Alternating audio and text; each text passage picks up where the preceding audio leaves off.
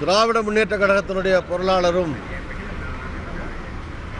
சட்டமன்றத்தினுடைய பிரதான எதிர்க்கட்சியினுடைய தலைவருமான சகோதரர் திரு ஸ்டாலின் அவர்களுடைய தலைமையில் அனைத்து கட்சி தலைவர்கள் கூட்டம் மற்றும் தமிழ்நாட்டில் இருக்கக்கூடிய பல்வேறு விவசாய சங்கங்களுடைய தலைவர்கள் அவர்களுடைய பிரதிநிதிகளுடைய கூட்டம் இன்று நடைபெற்றது.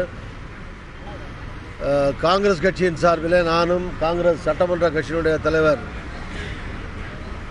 திரு K.R. ராமசாமி அவர்களும் காங்கிரஸ் விவசாய அணியினுடைய தலைவர் பவன்குமார் அவர்களும் இதில் கலந்து கொண்டோம்.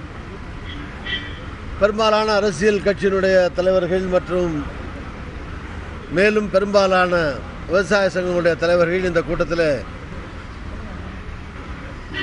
கலந்து கொண்டார்கள். இந்த கூட்டத்தில் தீர்மானமாக நிறைவேற்றப்பட்ட முக்கிய தீர்மானம் என்பது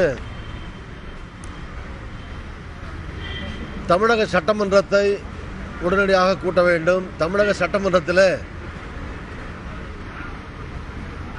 மத்திய அரசை வற்புறுத்தி காவிரி நதிநீர் மேலாண்மை வாரியத்தை அமைக்க வேண்டும் என்று வற்புறுத்தி தீர்மானம் நிறைவேற்றப்பட வேண்டும். அதற்காக உடனடியாக தமிழக சட்டமன்றத்தை கூட்ட வேண்டும். 1. 2. அனைத்து கட்சி தலைவர்களுடைய கூட்டத்தை தமிழக அரசு கூட்ட வேண்டும். அனைத்து கட்சி தலைவர்களையும் அனைத்து கட்சி விவசாய சங்கங்களுடைய தலைவர்களையும் மற்றும் பல்வேறு அமைப்புகள் விவசாயிகளுடைய நலன்களுக்காக விவசாய தொழிலாளர்களுடைய நலன்களுக்காக போராடக்கூடிய பல்வேறு அமைப்புகளுடைய பிரதிநிதிகளையும் அழைத்து டெல்லிக்கு சென்று பிரதமரை சந்திக்க வேண்டும். கர்நாடக மாநிலத்தில் மற்ற கட்சிகள் எல்லாம் ஒன்றாக சேர்ந்து செய்வதைப் போல, கேரளாவிலே மற்ற கட்சிகள் எல்லாம் இணைந்து செய்வதைப் போல இங்கேயும் எல்லோரும் இணைந்து பிரதமரை சந்தித்து ஒரு அழுத்தம் தர வேண்டும். அதற்கான ஏற்பாடுகளை தமிழக அரசு செய்ய வேண்டும் என்கிற தீர்மானங்கள் நிறைவேற்றப்பட்டுள்ளன. ஒருவேளை பல முறை இது குறித்து தமிழக அரசை கேட்டுள்ளோம், ஆளுங்கட்சியை கேட்டுள்ளோம். இதில் அவர்கள் ஒரு வேளை முடிவெடுக்காவிட்டால் அதற்கு பின்னாலே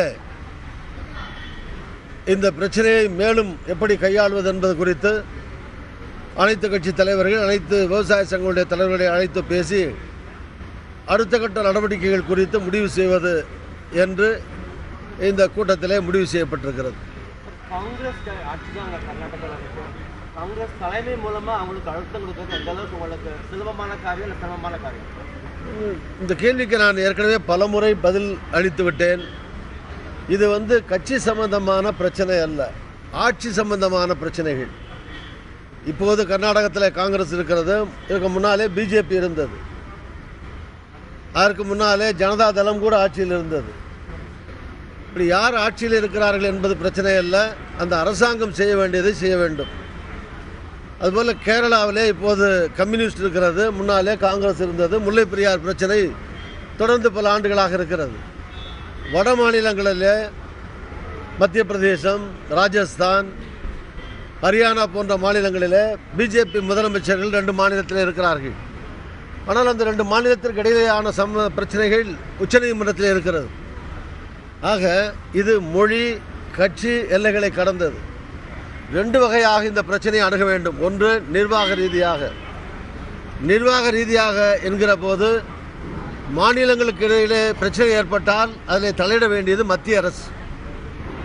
மத்திய அரசு தலையிட்டு மாநிலங்களுக்கு இடையில் இருக்கிற பிரச்சனைக்கு நிர்வாக ரீதியாக தீர்வு காண மத்திய அரசு நடவடிக்கை எடுக்க வேண்டும். இந்த மத்திய அரசு அப்படி நடவடிக்கை எடுக்க தயங்குகிறது, மறுக்கிறது. 2வது, சட்ட ரீதியாக இந்த பிரச்சனையை அணுக வேண்டும். சட்ட ரீதியாக உச்சநீதிமன்றத்திலே தீர்ப்பு வந்திருக்கிறது. உச்சநீதிமன்றம் இந்தியாவில் இருக்கிற உயர்ந்த நீதியை நிலைநாட்டுகிற உச்ச அமைப்பாகும். ஆக உச்சநீதிமன்றத்தினுடைய அந்த தீர்ப்பை மாநிலங்கள் மட்டுமல்ல மத்திய அரசும் மதிக்க வேண்டும். மத்திய அரசுக்கு காவிரி நதிநீர் மேலாண்மை வாரியத்தை உடனடியாக ஏற்படுத்த வேண்டும் என்று தீர்ப்பளித்திருக்கிறது, உத்தரவிட்டிருக்கிறது உச்சநீதிமன்றம். அதில் பிஜேபியில் இருக்க மத்திய அரசு, மோடி அவர்களுடைய அரசு ஏன் தயக்கம் காட்டுகிறது? ஏன் மறுக்கிறது? ஏன் செய்ய மறுக்கிறது? ஏன் சட்டத்தை, உச்சநீதிமன்றத்தை மதிக்கவில்லை?